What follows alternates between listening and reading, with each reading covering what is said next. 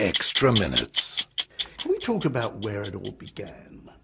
You were growing up in London, and you knew Mick Jagger, didn't you, as a kid? Yeah. I know it began just by myself. First off, I thought I was the only guy in the world that was interested in listening to this music. I think the difficult thing, and I think probably for the Beatles too, it was like finding a few like-minded guys.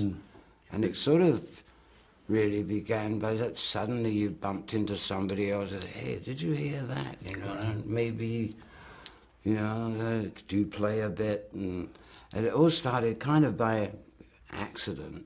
And suddenly you realize that there was a lot of other people out there interested in, maybe it was the generation thing that I'm from and the Beatles are from. Because the only other spark of British creativity at that stage in music, in popular music, was probably that strange thing called skiffle, wasn't it? Oh, there was that. Lonnie Donegan, I think. Yeah, Lonnie Donegan was probably the great example. But I do think that sort of stuff did turn ordinary guys, not trained musicians that had never thought about it, saying, hey, you can actually make music that turns people on without having to go to the Royal Academy of Music, without having to have formal training, that there's music inside people. It's called folk music, basically. I mean, it's minstrels, that's what we do. It's passed on without any formality, you know. You say, I can touch people this way. Sure. Hey, you know, I mean, what more can you ask for, you know? And 50 years later, of course, you are the Royal Academy of Music. It's terrible. You've had the best training on earth. If only I can remember it. Talk to me about Satisfaction. I mean, that was a song of youth revolution, wasn't it? And was also critical of, if I'm thinking of those lyrics, a guy comes on the TV and tells me how white my shirts can be. Yeah, I mean, I think everybody's looking at it. It was the way the world is, and still is, actually. I mean, but it was the first time, I think, that it had been pointed out that you're being targeted. Yes. Every minute of your life, whatever you turn on or listen to, that somebody's after your money.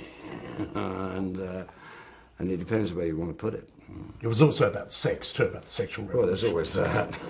Yeah. Except people supposedly were getting satisfaction. Well, some of us were. You were getting it. So you were singing for all those kids out there who were. Yeah, and there was, obviously, it was in the air with that generation at that age.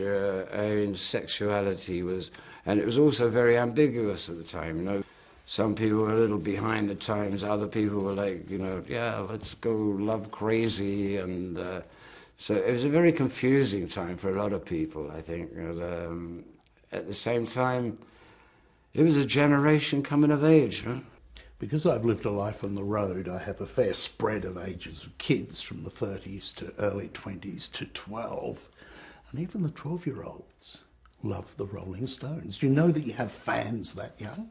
Yeah, I know. I don't know how quite we crossed the generation gaps somehow.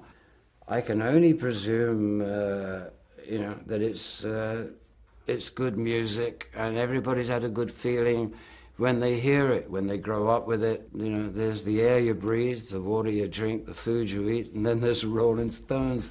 And I guess we're just part of the furniture, you know. And you've been very good for my kudos at home, that I've got to say thank you very much, Keith Richards, for talking to me. Hey, thank you very much, and I'll see you over there soon. My whole life has been a preparation for this moment.